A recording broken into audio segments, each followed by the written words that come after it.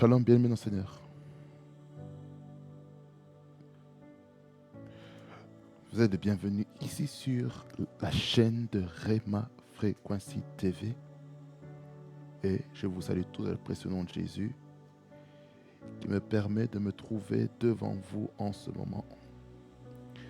Et bien-aimés dans le Seigneur, nous allons remettre ce temps entre les mains du Seigneur afin qu'il puisse diriger chaque aspect de ce moment. Parce que nous voulons que le Seigneur puisse régner. Quelqu'un dit Amen. Nous prions le Seigneur. Dieu de grâce et de miséricorde, je te rends grâce pour ce que tu es, pour ce que tu fais. Comment ne pas te louer, Seigneur, comment ne pas te bénir? Parce que tu es l'agneau de Dieu. L'agneau sans faille, l'agneau sans pareil. Digne es-tu, agneau de Dieu. Parce que nul n'est comme toi.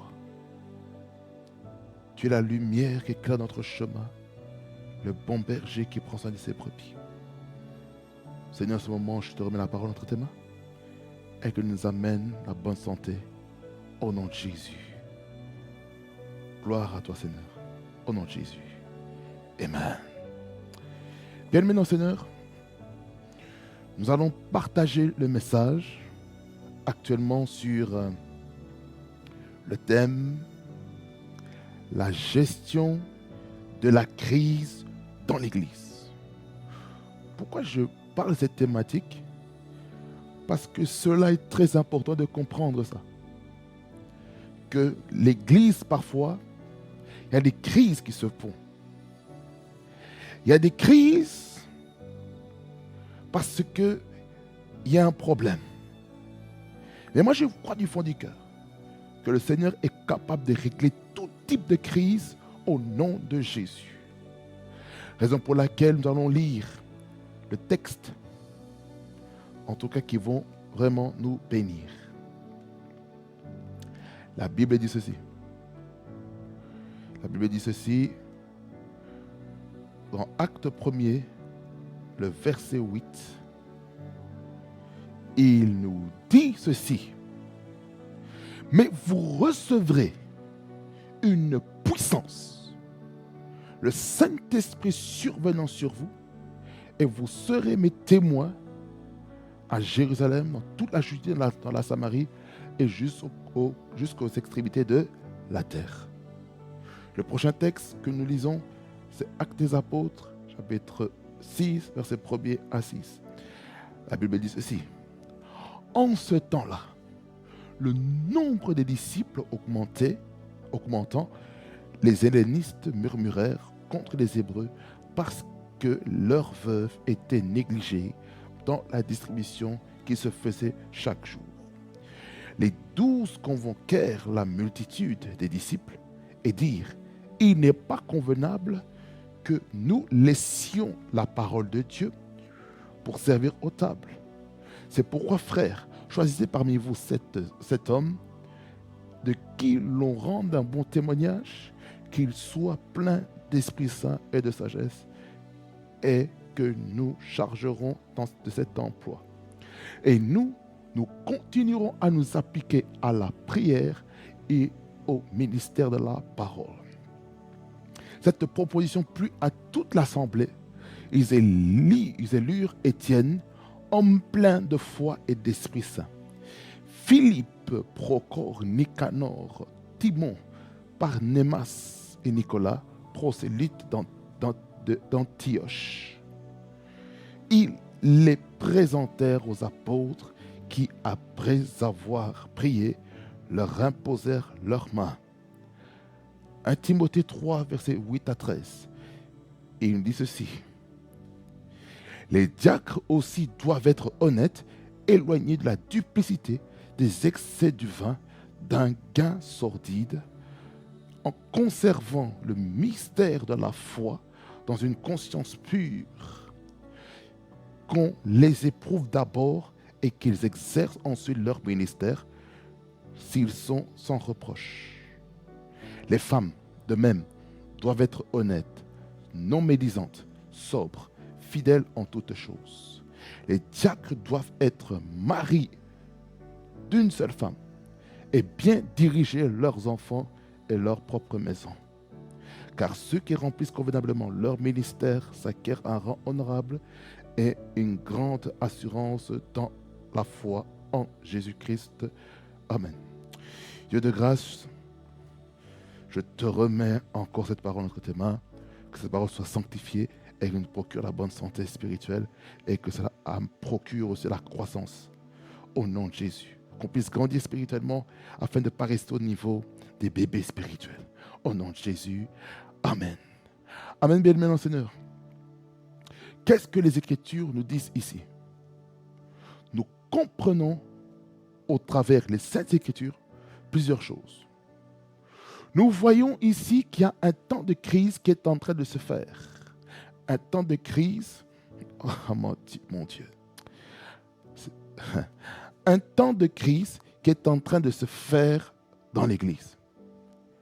Et ce temps de crise fait que l'Église doit maintenant entrer dans une autre phase avec le Seigneur pour accomplir des grandes choses. Et moi, je crois du fond du cœur que le Seigneur a la capacité de résoudre les problèmes qui se trouvent dans l'Église. Et moi, je crois du fond du cœur que lorsqu'il y a un problème, il y a toujours une solution que le Seigneur promet à ses enfants. Moi, je crois du fond du cœur que le roi de gloire a la capacité d'envoyer des hommes et des femmes qui vont alléger la tâche des hommes de Dieu. Regardez, la première crise qu'il y a dans l'Église, c'est que l'Église se trouve dans une phase où les hellénistes sont en train de murmurer parce que leurs veuves ne sont pas prises en charge. Ça veut dire par là quoi? Il n'y a pas des aides sociaux. Il n'y a pas la banque alimentaire. Il n'y a pas de soins pour les veuves, pour ceux qui sont démunis. Et pour cela, la Bible nous dit qu'il faut élire des diacres pour aller servir aux tables. Parce que la tâche des apôtres dans les Saintes Écritures exige qu'on puisse maintenant rester dans la prière et dans la parole. Étant donné qu'il y avait des temps de crise, il fallait maintenant mettre en place un système de diaconat dans l'Église. Et le mot diacre en grec, c'est diakonos. Diakonos qui signifie quelqu'un qui prend la charge dans l'Église pour faire du bien aux pauvres, aux veuves, afin de leur servir au niveau économique, au niveau physique, au niveau spirituel, au niveau émotionnel. Voyez, un diacre, il est là pour alléger la tâche du berger principal. C'est la raison pour laquelle les serviteurs de Dieu ont besoin absolument des diacres et des diaconesses dans l'Église. Et ces diacres et ces diaconesses, il y a des choses à faire. Ils ne peuvent pas dire, oh non, moi, je me décide d'être diacre aujourd'hui. Non, on ne décide pas comme ça qu'on est diacre et diaconesse. Non, il y a des critères. Il y a des attitudes qu'on attend pour le diacre pour exercer sa fonction de diacre ou de diaconesse dans l'Église. Et là, dans Actes chapitre 6 que nous avons lu, on nous dit que le diacre doit avoir une bonne réputation. Ça veut dire par là quoi? Le diacre doit être une personne qui a un bon témoignage autour de lui. Ça veut dire par là quoi? Le diacre ne peut pas faire tout ce qu'il veut. Il a une manière de marcher avec le Seigneur. Un diacre est celui dont ce témoignage est irréprochable. Le deuxième critère, il doit être rempli du Saint-Esprit. Tu ne peux pas être diacre ou une diaconesse si tu n'es pas rempli du Saint-Esprit. Parce que tu ne sais pas les problèmes que tu vas rencontrer lorsque tu vas faire face à cet homme ou à cette femme qui est en détresse dans son foyer. Il a besoin de quelqu'un qui va lui conseiller. D'où maintenant le troisième point, dans Acte 6, du verset 1er jusqu'au verset 6, c'est qu'il doit avoir la sagesse. Parce que quand maintenant il y aura des problèmes, tu ne peux pas répondre à chaud. Est-ce que quelqu'un dit Amen? Tu ne peux pas répondre à chaud. Il faut maintenant répondre avec la sagesse, avec tact. Et lorsque maintenant on répond avec tact, j'aimerais vous dire que le Seigneur va faire des choses merveilleuses dans vos vies. Raison pour laquelle un enfant de Dieu doit toujours avoir la sagesse en lui.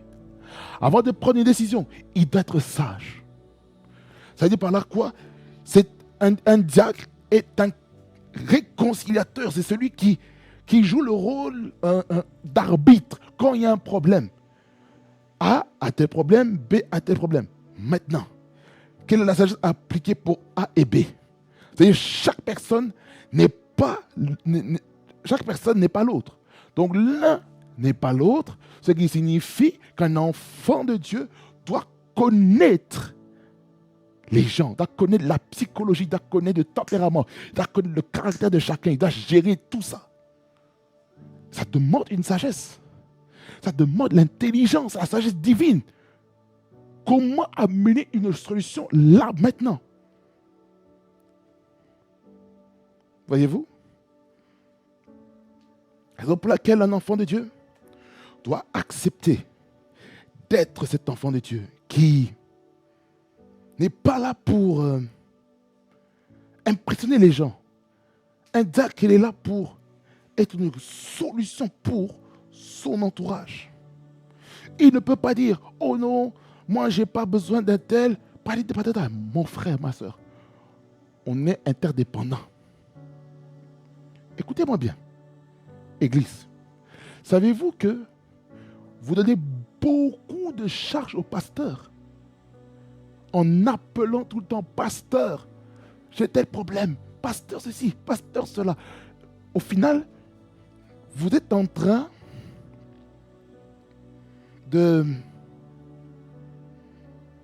d'amener une surcharge et le prédicateur va finir en burn-out. Maintenant, le pasteur qui doit être dans la prière et dans la parole pour préparer le message qu'il doit prêcher. Par exemple, les mardis, les jeudis, les dimanches, vous le surchargez. Papa, j'ai tel problème. Papa, j'ai tel problème. Papa, j'ai tel problème. Papa, j'ai tel problème. Papa, j'ai tel problème. Mais vous surchargez l'homme de Dieu. C'est pour ça que certains hommes de Dieu, lorsqu'ils font les voyages, ils se déconnectent de l'église. Même s'ils suivent la prière, par exemple matinale, dans d'autres ministères, ça lui permet de se décharger un peu et se focaliser sur sa famille. Comprenez-vous ce que je suis en train de dire? C'est très important. C'est pour ça qu'il est important pour un enfant de Dieu d'être ce chrétien-là qui va dire, moi, je ne vais pas amener le fardeau sur l'homme de Dieu, mais ma responsabilité, c'est de faire du bien à l'homme de Dieu. C'est le déstresser, c'est le faire rire un peu. En fait, lorsque nous sommes en train de rigoler, nous faisons rire un petit peu nos pères spirituels et nos mères spirituelles. Le but, c'est ils doivent décompresser. Ils doivent décompresser. Parce qu'aujourd'hui, les pasteurs sont trop tendus à cause du poids de la charge. Le poids de la charge pour le ministère. Ils ont besoin de se détacher. Ils ont besoin de se libérer. C'est pour ça, lorsque nous sommes dans des temps de crise, il faut des hommes et des femmes qui sont sages. Quelqu'un dit Amen? Il faut des hommes et des femmes qui sont sages. Pas des hommes qui vont être là pour détruire, non. Il faut avoir la sagesse, il faut avoir la Sophia dans nos vies. C'est important.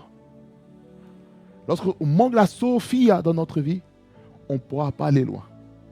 Quelqu'un dit Amen. On ne pourra jamais aller loin. Raison pour laquelle nous avons besoin des hommes de Dieu, des femmes de Dieu, pour accomplir la responsabilité des grandes tâches pour nos vies. Amen. Écoutez, dans les livres d'un Timothée, chapitre 3, le verset 8 à 13, je vais vous montrer encore les critères qui est écrit là. Regardez. Il dit ceci. Les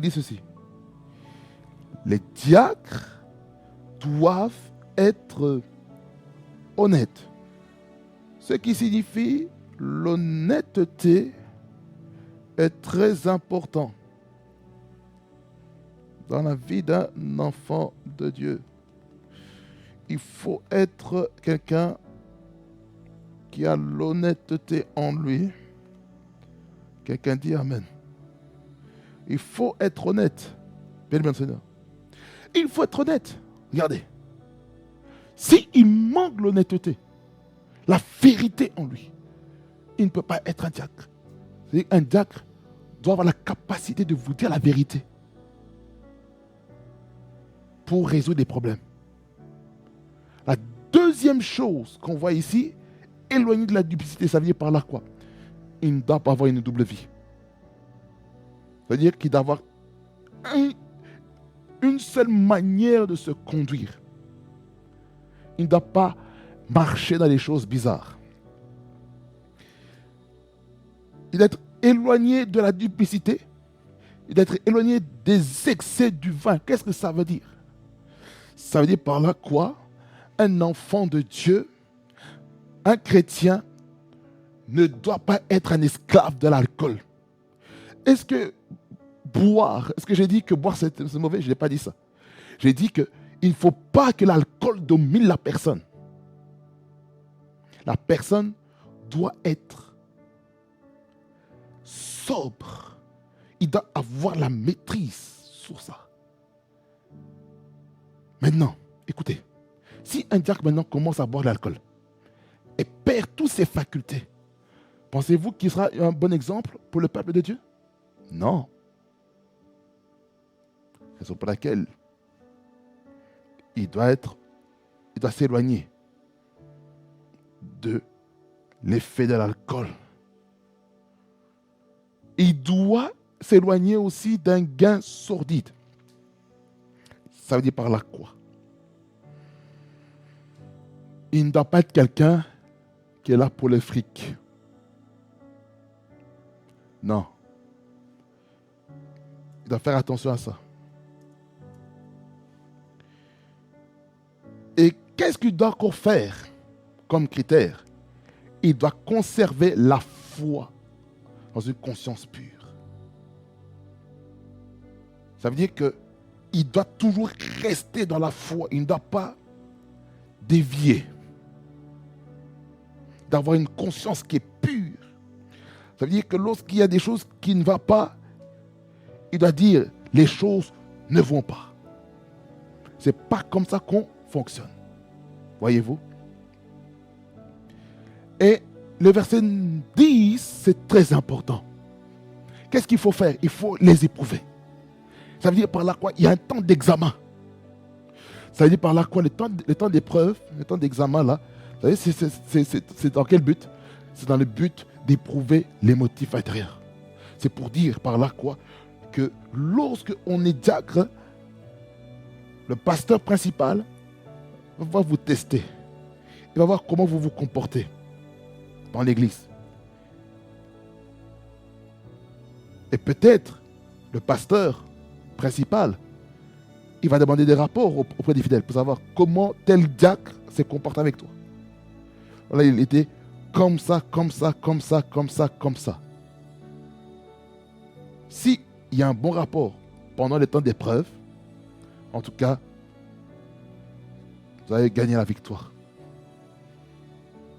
Parce que on ne peut pas être diacre tant qu'on n'a pas été éprouvé par la manière de servir le Seigneur dans l'église. Comprenez-vous? C'est très important. Et qu'ils exercent ensuite leur ministère s'ils sont sans reproche. Ça veut dire par là quoi? Si il y a des reproches sur vous, pendant que vous êtes en train d'être éprouvé, vous êtes disqualifié pour devenir diacre. Vous êtes disqualifié. Pour les femmes, il dit, les femmes de même doivent être honnêtes. Ça veut dire par là quoi? Il y a aussi des diaconesses dedans.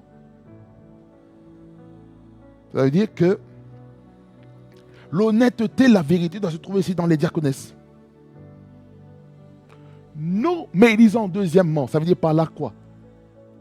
La vie de la femme, il ne doit pas avoir de mauvaises paroles. Elle ne doit pas me parler mal des gens. Elle ne doit pas critiquer. Ça veut dire par là quoi? Une diaconesse doit être une personne qui doit contrôler sa langue. Ça veut dire que quand on parle de la femme, on parle aussi à l'homme. On doit faire attention à sa bouche. Le fait d'aller maintenant se cacher en cachette pour parler mal des gens, voilà comment il s'est comporté. Il s'est comporté ainsi. Bien-aimé, si on fait ça, on va échouer lamentablement. C'est ça qu'il dit ici. Les femmes de même doivent être honnêtes, non médisants. La médisance va vous disqualifier. Il ne faut pas être médisant dans la vie en tant que serviteur de Dieu, en tant qu'enfant de Dieu. Nous ne devons pas être médisants. La médisance va vous tuer. Sobre. C'est-à-dire par là quoi vous devez avoir vraiment la maîtrise sur vous. C'est-à-dire par là quoi il ne faut pas que vous ayez des occasions de chute pour votre frère, pour votre soeur. Faites attention. Fidèle en toutes choses. Ça veut dire par là quoi?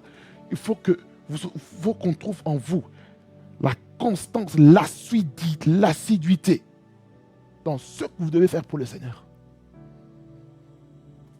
Le verset 12 pour les diacres, il dit, les diacres doivent être maris d'une seule femme. Ça veut dire par là quoi ici? Il dit que les diacres doivent être mariés d'une seule femme. Non seulement ça, là on parle du statut, de l'état civil et aussi la composition des ménages. Et bien diriger leurs enfants et leur propre maison. Ça veut dire par là quoi? Il doit bien diriger sa maison, son foyer. C'est ce que ça veut dire. Car ceux qui remplissent convenablement leur ministère s'acquièrent un rang honorable et une grande assurance dans la foi en Jésus-Christ. Vous voyez? Voilà pourquoi il est important en tant qu'enfant de Dieu de faire attention à sa conduite. Hein? Quelqu'un dit Amen. Faire attention à sa conduite. Alors, aujourd'hui, je n'ai pas été long pour qu'on puisse comprendre les critères qu'il faut pour être choisi par des pasteurs principaux des églises, les responsables légaux des églises. Et dans Actes, je reviens encore là-dedans. Il dit ceci, que ces diacres-là, on va prier pour eux, afin qu'ils puissent accomplir leur ministère. C'est-à-dire par là quoi, on doit vous reconnaître, on doit vous ordonner, on doit vous installer dans cette fonction. C'est très important. C'est très important d'être installé. Quelqu'un dit Amen. Amen. Que le Seigneur vous bénisse abondamment. Passe beaucoup du bien. Et c'était juste une petite exhortation par rapport au choix, par rapport à gérer les temps de crise dans l'Église. Soyez bénis au nom de Jésus. Parce que le meilleur est à venir en Jésus-Christ notre Seigneur.